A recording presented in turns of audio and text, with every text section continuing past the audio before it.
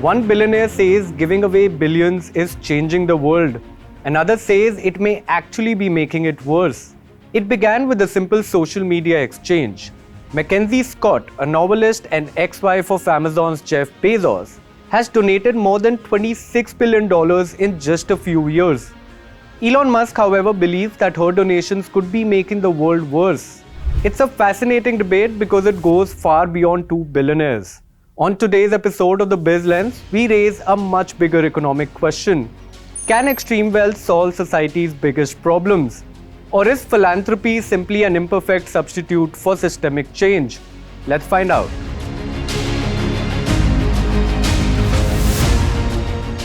The world's richest people are no longer just competing on wealth.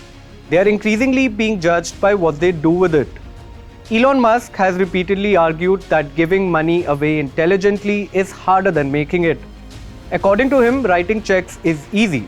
Ensuring the money genuinely creates lasting impact is extremely difficult. It's a debate that's divided the billionaire class itself. Melinda French Gates has publicly argued that many billionaires aren't giving enough despite signing the Giving Pledge. At the same time, she has singled out Mackenzie Scott as an example of someone letting action speak louder than words. The disagreement highlights one of capitalism's biggest questions. What is the responsibility of extreme wealth? Philanthropy isn't new. For more than a century, some of history's richest entrepreneurs have believed wealth comes with responsibility.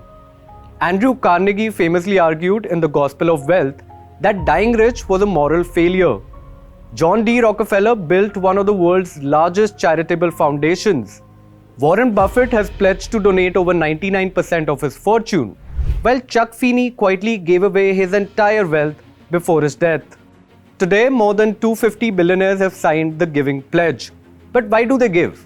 Sometimes it's personal legacy, sometimes it's moral conviction, sometimes it's tax efficiency, and sometimes it's influence. And increasingly, it's about solving problems governments struggle to fix, from climate change to education and artificial intelligence.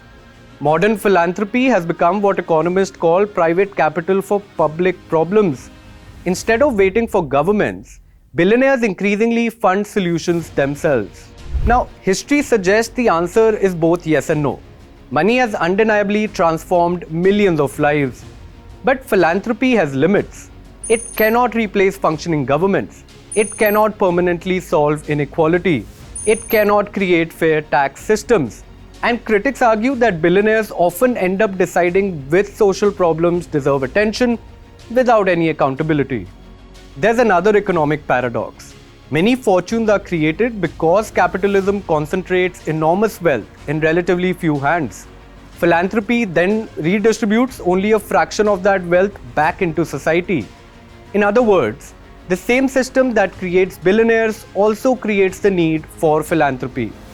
Which brings us back to what Musk said. Perhaps the challenge isn't giving away money. Perhaps it's ensuring that every dollar creates measurable, lasting change rather than temporary relief.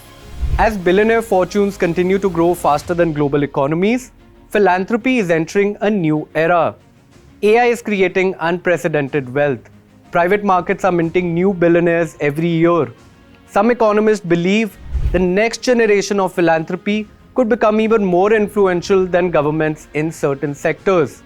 Others worry that society shouldn't depend on the generosity of a handful of individuals to solve public problems.